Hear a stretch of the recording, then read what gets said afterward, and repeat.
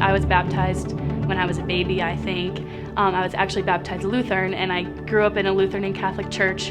And then when I got to Peak City, I was like, oh my gosh, this is like a whole new world of church, and like I just fell in love with it. Hey everybody, my name is Olivia James, and this is my story of why I'm here and getting baptized.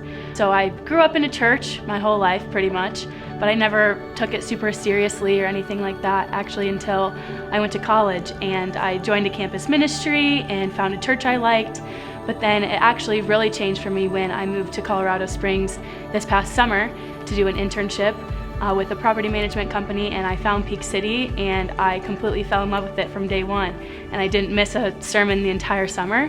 The worship team is just like amazing, and the music like makes me cry every time I'm listening to it because it's just so amazing. I would say like day one, I love how they are just so welcoming of everybody that is their new time, like their first time. Like that is so important. Like I felt immediately welcome. That was like one of the first things PD said when I got here was like, no, if you're new, like welcome, and like that just made me feel really good. I just love like how he treats first timers because that is so important.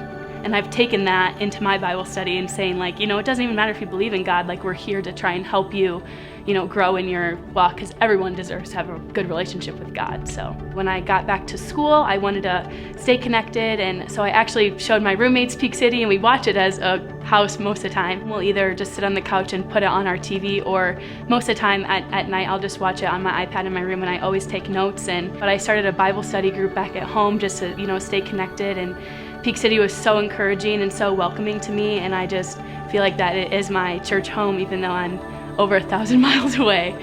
God's really been working in my life and transforming the people I'm with, the music I listen to, the shows I watch, and honestly every aspect of my life. Like how I wake up in the morning, instead of going on my phone, I try and read my Bible, and before I go to bed, you know, like, or just like the people that you like surround yourself with. And like sometimes it's like, oh, like this person really isn't bringing me closer to God. Like I've just really tried to like find people that all they do is bring you closer to God or encourage you, and like felt like I was getting called to like make a next step, because I was like, you know, I was doing things like having the Bible study and things like that, but I wanted to make like a personal like next step, and I just felt like God was calling me to kind of make that commitment. And like it almost like holds you more accountable once you're like officially like baptized. It's like reborn and all that, and I just feel like it's really gonna be my next step in being a disciple and like all that things, and sharing my story like I am right now. And when I heard that there was one this weekend and I had no plans, I immediately was like texting my mom like, can we please go?